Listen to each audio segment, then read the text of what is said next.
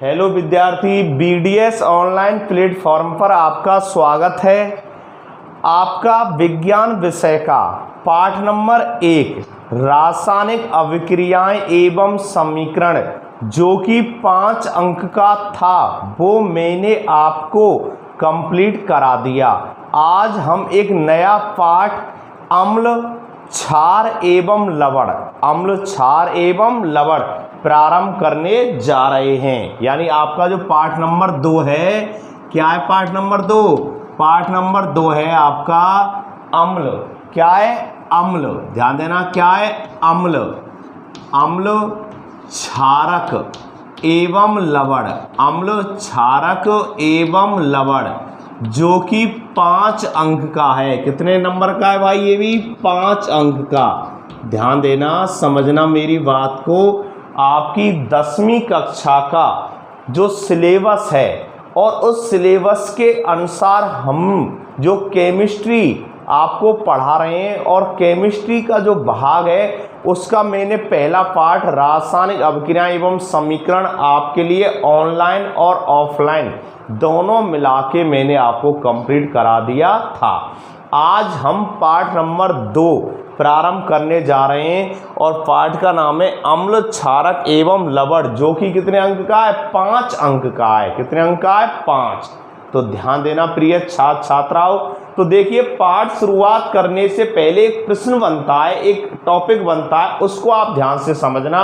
उसके बाद हम फिर पाठ को प्रारंभ करेंगे। तो प्रश्न है अपना, यौगिक किसे कहते हैं? ध्यान देना, एक प्रश्न बनता है, मैं आपको लिखा रहा हूं पहले कि यौगिक किसे कहते हैं। गौर देना, यौगिक किसे कहते हैं? यौगिक किसे कहते हैं? प्रश्न है आपका, ये समझना मेरी बात को। यौगिक किसे कहते हैं? ये कितने प्रकार के होते हैं? प्रश्न कर रहा है वो, यौगिक किसे कहते हैं? ये कितने प्रकार के होते हैं? ये कितने प्रकार के होते हैं? आ रही बात समझ में? ध्यान देना, अम्ल क्षारक एवं लवण पढ़ने से पहले आपको ये पता होना चाहिए यौगिक किसे कहते हैं, कंपाउंड किसे कहते हैं और ये कितने प्रकार के होते हैं। तो सुनना, यौगिक किसे कहते हैं मैं आपको बता रहा हूँ, उसकी डेफिनेशन आपको लिखा रहा हूँ। तो देखिए, यौगिक किसे कहते हैं तो उत्तर लिख के हिंट डाल लेना, यौगिक। और परिभाषा सुनना कि 2 या 2 से अधिक तत्वों के, कितने तत्वों के? 2 या 2 से अधिक, 2 या 2 से अधिक तत्वों के। किसके भाई? तत्वों के। तत्वों के जानते हैं, तत्व किसको कहते हैं? एलिमेंट। क्या कहते हैं? एलिमेंट। ठीक है ना, जैसे हाइड्रोजन है, हीलियम है, लिथियम है, बेरिलियम है, बोरॉन है, कार्बन है, नाइट्रोजन है, ऑक्सीजन है, ये सब क्या है? तत्व हैं। क्या है? तत्व।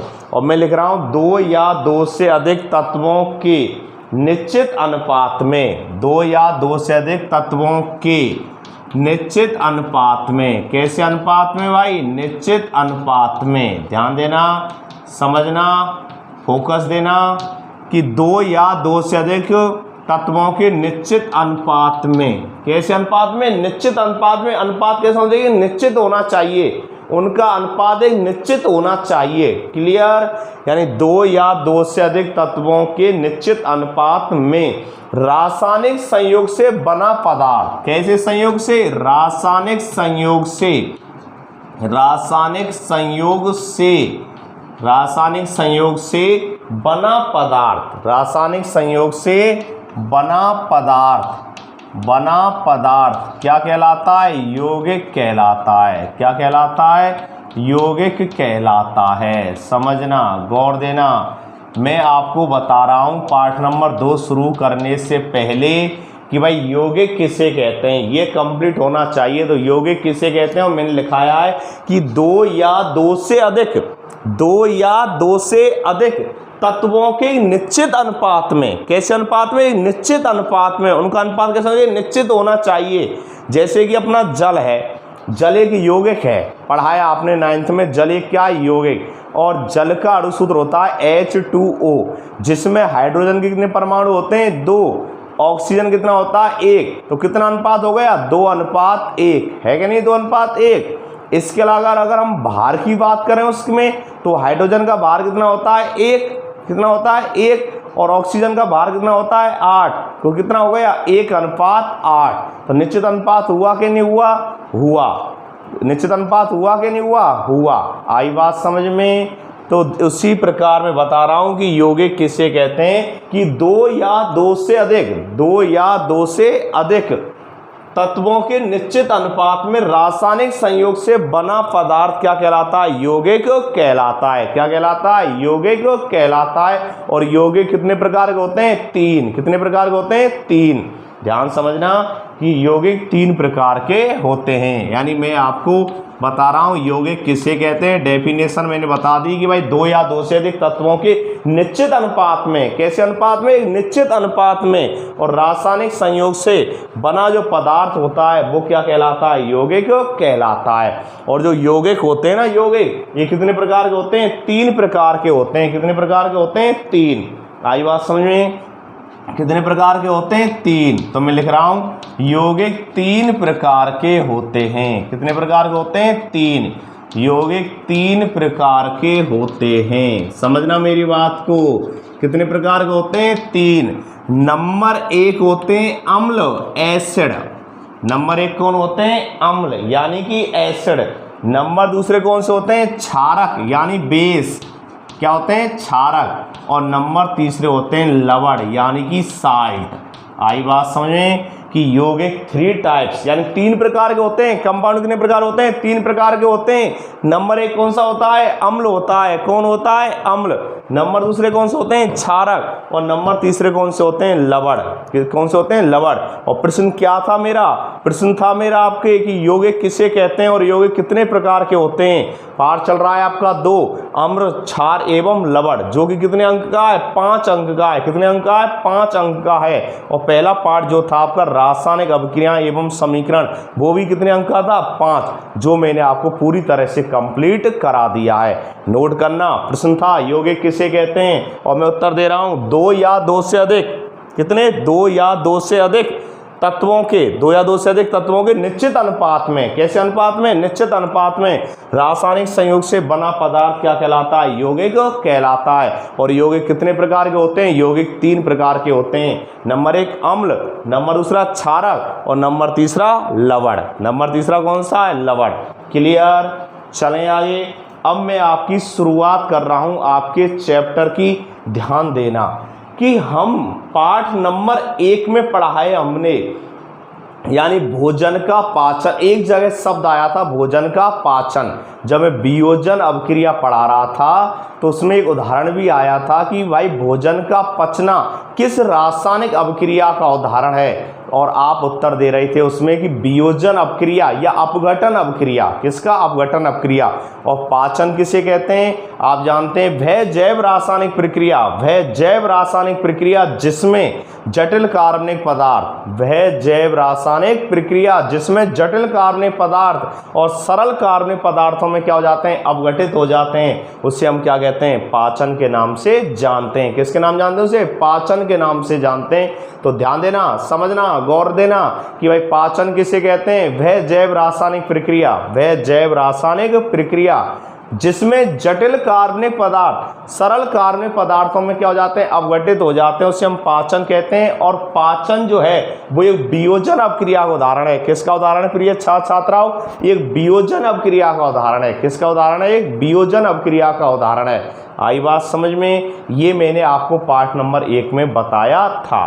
तो जब हम भोजन करते हैं, समझना मेरी बात को, जब हम भोजन करते हैं तो भोजन में हमें क्या आता है? स्वाद आता है। क्या आता है? स्वाद। भोजन में स्वाद क्यों आता है? क्योंकि हमारे शरीर में कितनी? 5 ज्ञानेंद्रियां पाई जाती हैं। कितनी ज्ञानेंद्रियां पाई जाती हैं? 5। कितनी पाई जाती हैं? 5। कितनी पाई जाती हैं? 5। ठीक है ना? कितनी पाई जाती हैं? 5। 5 ज्ञानेंद्रियां कौन कौन सी होती हैं? नंबर 1 होती हैं आंखें। 9th क्लास में पढ़ाया है मैंने। ज्ञानेंद्रियां कितनी होती है? 5। ज्ञानेंद्रियां किसे कहते हैं? ज्ञान कराने वाली इंद्रियों को क्या बोलते हैं? ज्ञानेंद्रियां। यानी ज्ञान कराने वाली इंद्रियों को क्या कहते हैं? ज्ञानेंद्रियां। और ज्ञानेंद्रियां कितनी होती हैं भाई? 5। कितनी होती हैं? 5। आई बात समझ में? नंबर 1 होती है अपनी आंखें जो देखने का कार्य करती हैं, नंबर दूसरे होते हैं अपने कान जो सुनने का कार्य करते हैं, और नंबर तीसरी होती है अपनी नाक जो हमें गंध का एहसास कराती है, नंबर 4 होती है अपनी जिब्या जो हमें स्वाद का ज्ञान कराती है, और नंबर 5वीं होती है त्वचा जो हमें स्पर्श का ज्ञान कराती है। किसका ज्ञान कराती है प्रिय छात्रों? स्पर्श का। तो ज्ञान इंद्रियां कितनी हुई? 5। कितनी हुई? 5। यानी ज्ञान कराने वाली इंद्रियों को हम क्या कहते हैं? ज्ञान इंद्रियों के नाम से जानते हैं। तो जब हम भोजन करते हैं तो मैंने अभी बताया जिब्या पर क्या पाई जाती हैं? स्वाद कलिकाएं पाई जाती हैं। क्या पाई जाती हैं? स्वाद कलिकाएं। जब हम क्या करते हैं? जब हम भोजन करते हैं तो हमारे जिब्या जो होती है, जिब्या पर क्या पाई जाती हैं? स्वाद कलिकाएं पाई जाती हैं, और स्वाद कलिकाओं की वजह से हमें भोजन का स्वाद महसूस होता है। तो जो हम भोजन कर रहे हैं, कुछ भोजन कैसा लगता है हमें? खट्टा, और कोई भोजन कैसा लगता है? कड़वा। लगता है नहीं लगता है? कोई भोजन हमें कैसा लग रहा है? खट्टा। कोई भोजन कैसा लग रहा है हमें? कड़वा। कोई भोजन कैसा लगता है हमें? मीठा। कोई कैसा लगता है हमें? नमकीन। तो ये इसलिए लगते हैं क्योंकि हमारी जिब्या पर क्या पाई जाती हैं? स्वाद कलिकाएं पाई जाती हैं। कौन सी कलिकाएं पाई जाती हैं? स्वाद कलिकाएं पाई जाती हैं। क्लियर? तो देखिए, मैं पूरी जिब्या के बारे में व्याख्या तो आपको पाठ नंबर 6 पढ़ाऊंगा, जब जय परिक्रम और जब पाचन पढ़ाएंगे उस समय पूरा विस्तार कराएंगे। फिलहाल में केवल आप इतना समझो कि जिब्या हमें भोजन का स्वाद क्या कराती है? भोजन का स्वाद का अनुभव कराती है। भोजन का हमें क्या कराती है? स्वाद कराती है। और भोजन स्वाद के आधार पर 2 प्रकार के निकल के आए। कई प्रकार के होते हैं, लेकिन सामान्यतः 2 प्रकार के निकल के आए कि कुछ भोजन हमें कैसे लगते हैं? खट्टे, और कुछ कैसे लगते हैं? कड़वे। नहीं तो भोजन मीठा भी होता है, जैसे अपनी मिठाई, और वो कैसी लगती है? मीठी। कुछ हमें कैसी लगती है? नमकीन भी लगती हैं। यानी हमारी जिब्या जो होती है वो 4 तरह का ज्ञान कराती है: खट्टा, मीठा, कड़वा और नमकीन। आई बात समझ में? तो देखिए, समझना कि जब हमने भोजन कर रहे हैं और भोजन का स्वाद कैसा है? खट्टा है, और कैसा है? कड़वा है। तो भोजन का स्वाद जब खट्टा है, इसका मतलब उसमें किसकी मात्रा है? अम्लों की मात्रा है। और जब भोजन कैसा है? कड़वा है, तो इसका मतलब उसमें किसकी मात्रा है? क्षारों की मात्रा है। किसकी मात्रा है भाई? क्षारों की। ध्यान देना, किसकी मात्रा है? क्षारों की। आई बात समझ में? गौर देना, समझना कि मैंने बताया हम भोजन कर रहे हैं, भोजन का हमें स्वाद मालूम हो गया। कुछ भोजन कैसा लग रहा है हमें? खट्टा। कुछ कैसा लग रहा है? कड़वा लग रहा है, तो उसके अंदर क्या है? क्षार हैं या क्षारक हैं, ठीक है ना। और अगर हमें कैसा लग रहा है? खट्टा। कैसा लग रहा है? खट्टा, तो उसके अंदर क्या है? अम्ल हैं। और अगर कड़वा लग रहा है तो उसके अंदर क्या है? क्षार या क्षारक हैं। कड़वा लग रहा है तो क्षार या क्षारक हैं। आई बात समझ में? गौर देना, समझना। क्लियर? इसके अलावा आपने ये भी देखा होगा कि जब आपके परिवार का कोई मेंबर, जब आपके परिवार का कोई सदस्य अधिक भोजन कर लेता है, क्या कर लेता है? पाठ की भूमिका पढ़ता रहा हूं, पाठ की भूमिका को पढ़ा रहा हूं। गौर देना कि जब आपके परिवार का कोई सदस्य, जब आपके परिवार का कोई सदस्य, आ रही बात समझ में? जब आपके परिवार का कोई सदस्य अत्यधिक क्या कर लेता है? भोजन कर लेता है। क्या कर लेता है? भोजन कर लेता है। तो भोजन के कारण वो क्या हो जाता है? अम्लता से क्या हो जाता है? पीड़ित हो जाता है। अम्लता जानते हैं? एसिडिटी। किससे? एसिडिटी से क्या हो जाता है? पीड़ित हो जाता है। अम्लता से क्या हो जाता है? पीड़ित हो जाता है। तो आपने विभिन्न प्रकार के उपचार देखे होंगे। समझना, जब व्यक्ति कोई आवश्यकता से अधिक भोजन करता है, अधिक मात्रा में भोजन कर लेता है, तो अम्लता यानी एसिडिटी से क्या हो जाता है? परेशान हो जाता है। तो तुमने कई प्रकार के उपचार देखे होंगे, जैसे नींबू पानी या बेकिंग सोडा का विलयन। कौन सा? नींबू पानी। क्या उपचार करते हैं हम? एक तो नींबू पानी का उपयोग कर लेते हैं हम। किसका? नींबू पानी का। या किसका कर लेते हैं? बेकिंग सोडा का। बेकिंग सोडा जानते हैं? खाने के सोडे को हम बेकिंग सोडा के नाम से जानते हैं। जो खाने का सोडा होता है ना, वो क्या कहलाता है? बेकिंग सोडा के नाम से जाना जाता है, जिसका कि रासायनिक सूत्र क्या होता है? NaHCO3। क्या होता है? NaHCO3। तो जब व्यक्ति यानी जब व्यक्ति अत्यधिक भोजन का क्या कर लेता है, सेवन कर लेता है, तो क्या होता है प्रिय छात्र छात्राओं, वो अम्लता से क्या हो जाता है, पीड़ित हो जाता है। तो उसका उपचार कौन कौन, एक तो नींबू पानी से उपचार कर देते हैं, ठीक है ना। एक बेकिंग सोडा का क्या लेते हैं, विलयन लेते हैं। बेकिंग सोडा का रासायनिक सूत्र क्या होता है, NaHCO3, NaHCO3। और रासायनिक नाम की बात करूं तो देखो Na से क्या बनता है भाई, सोडियम, क्या बनता है, सोडियम। S से क्या बनता है, हाइड्रोजन, क्या बनता है, हाइड्रोजन। और CO3 से क्या बनता है, कार्बोनेट, क्या बनता है, कार्बोनेट। तो क्या हो गया, sodium hydrogen carbonate, sodium hydrogen carbonate. Clear. तो यानी बेकिंग सोडा कह लो, रासायनिक नाम की बात करूं तो क्या होता है, सोडियम हाइड्रोजन कार्बोनेट। और अगर मैं बेकिंग सोडे की सूत्र की बात करूं, रासायनिक सूत्र की बात करूं तो क्या होता है, NaHCO3। बेकिंग सोडा को हम खाने का सोडा भी कहते हैं, इसके अलावा इसको मीठा सोडा के नाम से भी जानते हैं। आई समझ, बेकिंग सोडा, खाने का सोडा या मीठा सोडा, कई नामों से इसे जाना जाता है। तो जब अम्लता से पीड़ित हो जाते हैं या हम एसिडिटी से पीड़ित हो जाते हैं तो हम नींबू पानी का उपयोग कर रहे हैं, बेकिंग सोडे का उपयोग कर रहे हैं, और इसके अलावा हम मिल्क ऑफ मैग्नीशिया, किसका, मिल्क ऑफ मैग्नीशिया का क्या करते हैं, उपयोग करते हैं। किसका उपयोग करते हैं भाई प्रिय छात्र छात्राओं, मिल्क ऑफ मैग्नीशिया। ध्यान देना, लिख रहा हूं मैं बोर्ड पर, milk of magnesia, milk of magnesia, यानी मिल्क ऑफ मैग्नीशिया। और मिल्क ऑफ मैग्नीशिया का जो अणु सूत्र होता है वो होता है MgOH का होल ट्वाइस, MgOH का whole twice, milk of magnesia. और अगर इसकी रासायनिक नाम की बात करूं तो क्या बनेगा, रासायनिक नाम मैग्नीशियम हाइड्रोक्साइड। क्या बनेगा, मैग्नीशियम हाइड्रोक्साइड। ध्यान देना प्रिय छात्र छात्राओं, क्या बनेगा, magnesium hydro oxide, magnesium hydro oxide. Clear, magnesium hydro oxide. तो इसका भी उपयोग करते हैं, यानी अम्लता को दूर करने के लिए। किसको प्रिय छात्र छात्राओं, एसिडिटी को दूर करने के लिए, अम्लता को दूर करने के लिए हम नींबू पानी, baking soda, milk of magnesia, जिसको हम क्या कह देते हैं, मैग्नीशियम हाइड्रोक्साइड के नाम से भी जानते हैं, इसका उपयोग करते हैं। क्लियर। ये आपको थोड़ी सी मैंने एक्स्ट्रा जानकारी दी है कि भाई हम भोजन का करते हैं तो भोजन का स्वाद कैसा होता है, कुछ खट्टा भी होता है, कुछ कैसा होता है, कड़वा भी होता है, ठीक है ना। खट्टा और कैसा होता है, कड़वा भी होता है। आई बात समझ में। अब जो खट्टा है तो उसका लोग कैसा है, वो अम्ल है, उसके अंदर क्या है, अम्ल है। और जो कड़वा है उसके मतलब उसके अंदर क्या है, क्षार है, क्या है, क्षार। क्लियर। और मैंने एक बात और आपको बता दी थी, क्या, कि अगर कोई सदस्य व्यक्ति, आपके परिवार का कोई सदस्य, कोई व्यक्ति है, ठीक है ना, जो अत्यधिक भोजन के कारण जो अम्लता से जब पीड़ित हो जाता है ना, तो उसको कौन से उपचार देते हैं हम, तो उसके उपचार मैंने लिख दिए, नींबू पानी, बेकिंग सोडा, इसके अलावा milk of magnesia. Baking soda किसको कहते हैं, खाने के सोडे को भी कहते हैं, ठीक है ना। रासायनिक सूत्र क्या होता है, NaHCO3। आई बात समझे, NaHCO3। रासायनिक नाम क्या होता है, सोडियम हाइड्रोजन कार्बोनेट। क्लियर।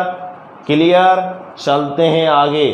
तो बात बनती है भाई, अम्ल किसे कहते हैं। ध्यान देना मेरी बात को। अब मेन टॉपिक पर मैं आपको ला रहा हूं कि भाई अम्ल किसे कहते हैं। प्रश्न था मेरा कि भाई यौगिक किसे कहते हैं और यौगिक कितने प्रकार के होते हैं, तो तुमने उत्तर दिया भाई यौगिक जो होते हैं वो 3 प्रकार के होते हैं। नंबर 1 अम्ल, नंबर दूसरा कौन से हो गए अपने, क्षार, और नंबर तीसरे कौन से हो गए, लवण। कौन से हो गए, लवण। और अब मैं बता रहा हूँ आपके लिए भाई अम्ल किसे कहते हैं, तो ध्यान से समझना और गौर देना। ठीक है भाई, अम्ल किसे कहते हैं। अरे भाई वे पदार्थ जो स्वाद में कैसे होते हैं, खट्टे होते हैं। अरे वे पदार्थ जो स्वाद में कैसे होते हैं, खट्टे होते हैं। क्या कहलाते हैं? अम्ल कहलाते हैं। आई भाषा में अम्ल किसे कहते हैं? अरे बे पदार्थ, ध्यान देना, अम्ल किसे कहते हैं? यानी बे पदार्थ जो स्वाद में कैसे होते हैं? खट्टे होते हैं। लिख रहा हूं मैं डेफिनेशन, गौर देना। बे पदार्थ जो स्वाद में खट्टे होते हैं, कैसे होते हैं? स्वाद में खट्टे होते हैं। आई बात समझ में? स्वाद में कैसे होते हैं? खट्टे होते हैं। कैसे होते हैं? खट्टे होते हैं। क्लियर? खट्टे होते हैं। और नीले लिटमस पत्र को कैसा कर देते हैं? लाल कर देते हैं। कैसा कर देते हैं? लाल कर देते हैं। क्या कहलाते हैं? अम्ल। और नीले लिटमस पत्र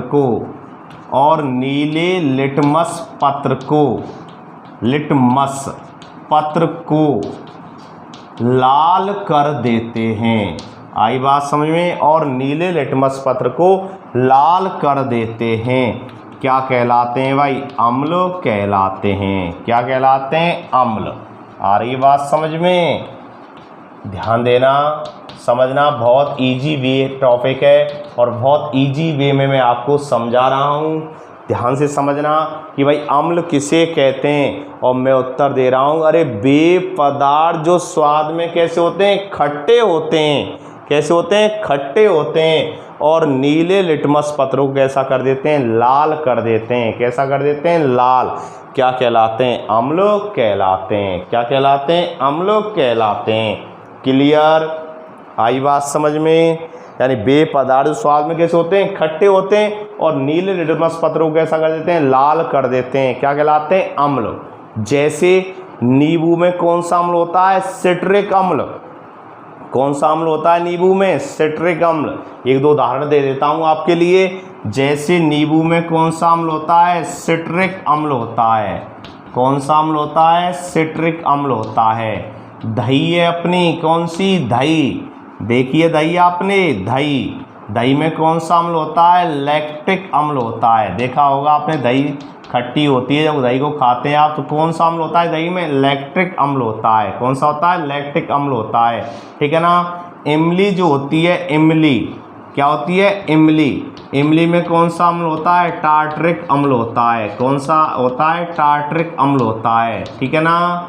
तो नींबू में कौन सा अम्ल है? सिट्रिक अम्ल है। दही में कौन सा अम्ल होता है? लैक्टिक अम्ल होता है। इमली में कौन सा अम्ल होता है? टार्टरिक अम्ल होता है। ठीक है ना? इसी प्रकार जो लाल चींटी होती है, लाल चींटी, ठीक है ना, लाल चींटी, उसके जो लाल चींटी होती है उसके डंक में कौन सा होता है? फॉर्मिक अम्ल। कौन सा होता है? फॉर्मिक अम्ल। लाल चींटी जो होती है ना, लाल चींटी में कौन सा अम्ल पाया जाता है? फॉर्मिक अम्ल पाया जाता है। कौन सा अम्ल? फॉर्मिक अम्ल। कौन सा अम्ल? फॉर्मिक अम्ल। क्लियर? इसी प्रकार जो सिरका होता है, क्या होता है? सिरका में कौन सा अम्ल होता है? एसिटिक अम्ल होता है। कौन सा अम्ल होता है? एसिटिक अम्ल। कौन सा अम्ल होता है? एसिटिक अम्ल। और एसिटिक अम्ल का जो अणु सूत्र होता है ना, वो होता है CH3COOH। CH3COOH। फॉर्मिक अम्ल होता है, इसका सूत्र होता है HCOOH। इसको मेथेनोइक अम्ल भी कह देते हैं। फॉर्मिक अम्ल को क्या बोलते हैं? मेथेनोइक अम्ल भी बोलते हैं। और एसिटिक अम्ल को हम एथेनोइक अम्ल के नाम से भी जानते हैं। यानी इसको क्या बोल देते हैं? मेथेनोइक अम्ल, यानी मेथेनोइक अम्ल। आई बात समझ में? मेथेनोइक अम्ल। और इसको क्या बोलते हैं? एथेनोइक अम्ल। क्या बोलते हैं? एथेनोइक अम्ल।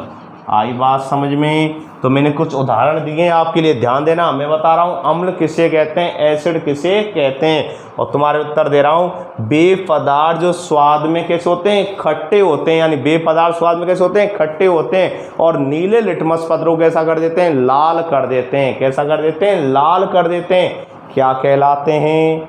अरे क्या कहलाते हैं? अम्ल कहलाते हैं। क्या कहलाते हैं? अम्ल।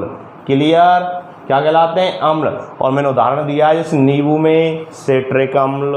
कौन सा अम्ल होता है? सिट्रिक अम्ल। दही में कौन सा होता है? लैक्टिक अम्ल। कौन सा होता है? लैक्टिक अम्ल।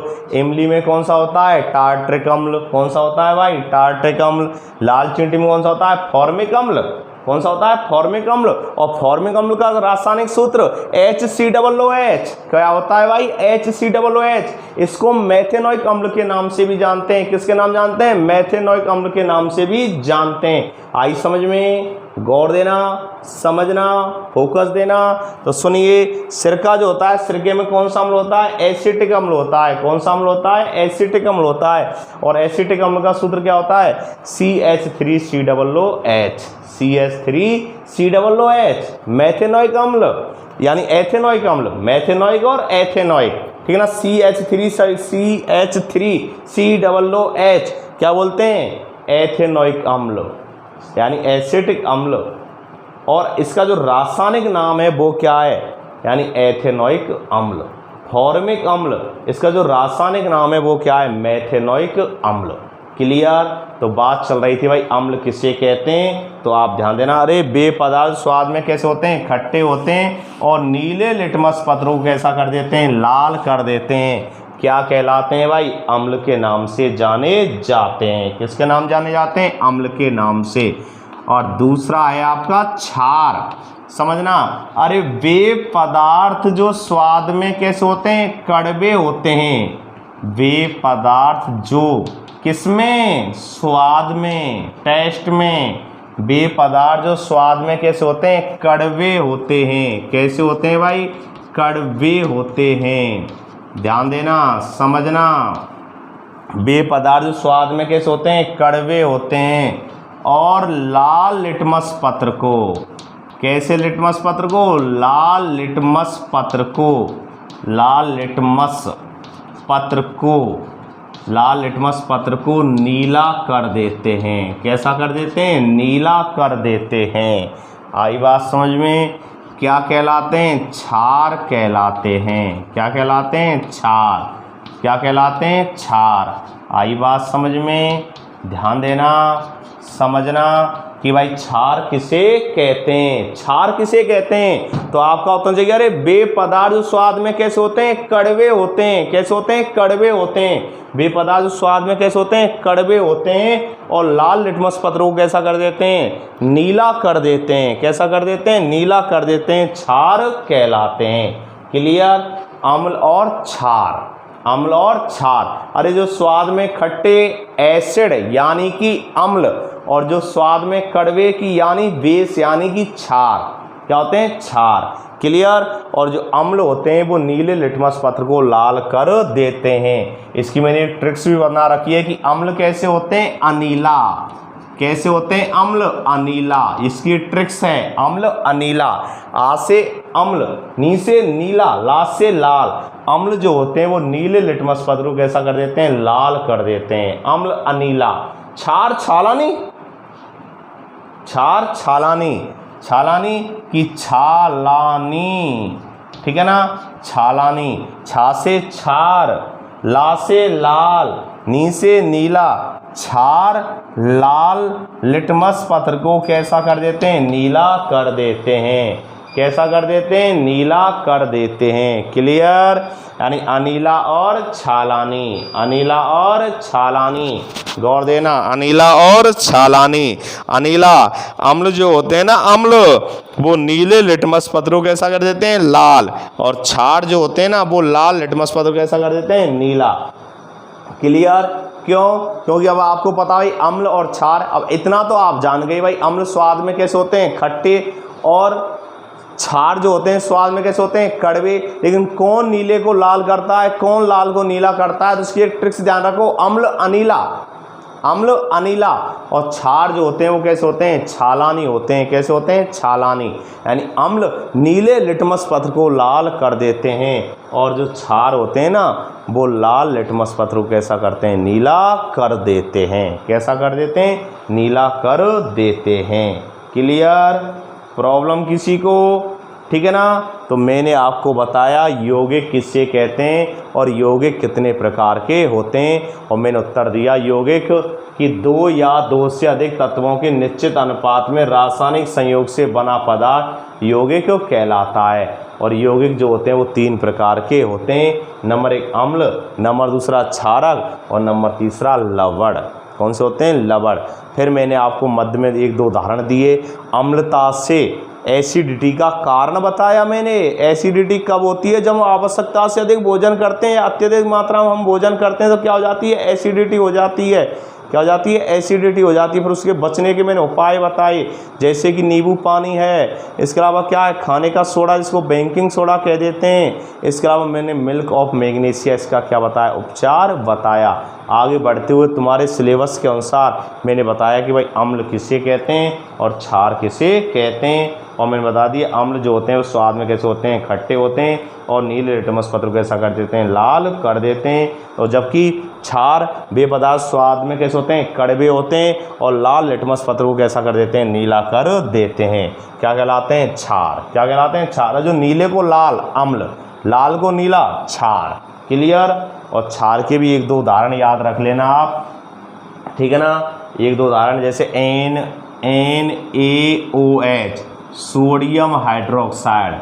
क्या है, NaOH, सोडियम हाइड्रोक्साइड प्रबल क्षार है, सबसे अधिक प्रबल क्षार है सोडियम हाइड्रोक्साइड, ठीक है ना।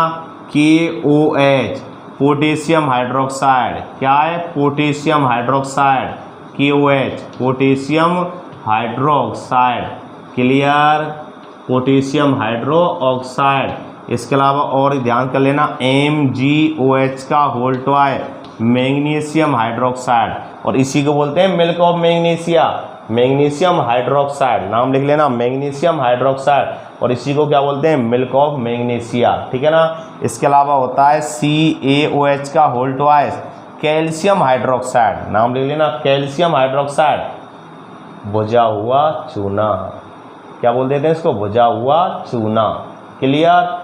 भुजा हुआ चूना, कैल्शियम हाइड्रोक्साइड। तो इस सब किसके उदाहरण हैं, क्षार के।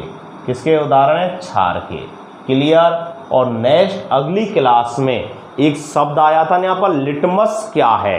तो नेक्स्ट अगली क्लास में मैं आपके लिए लिटमस के बारे में बताऊंगा, लिटमस क्या होता है, ठीक है ना। तो नेक्स्ट अगली क्लास का इंतजार करिए कि लिटमस क्या है, तब मैं आपको पूरी व्याख्या करूंगा लिटमस क्या होता है। क्योंकि इसमें एक शब्द आया था कि भाई जो अम्ल होते हैं वो नीले लिटमस पत्र को लाल कर देते हैं, और जो क्षार होते हैं वो लाल लिटमस पत्र को नीला कर देते हैं। तो लिटमस क्या है, इसी को लेकर मिलते हैं नेक्स्ट अगली क्लास में।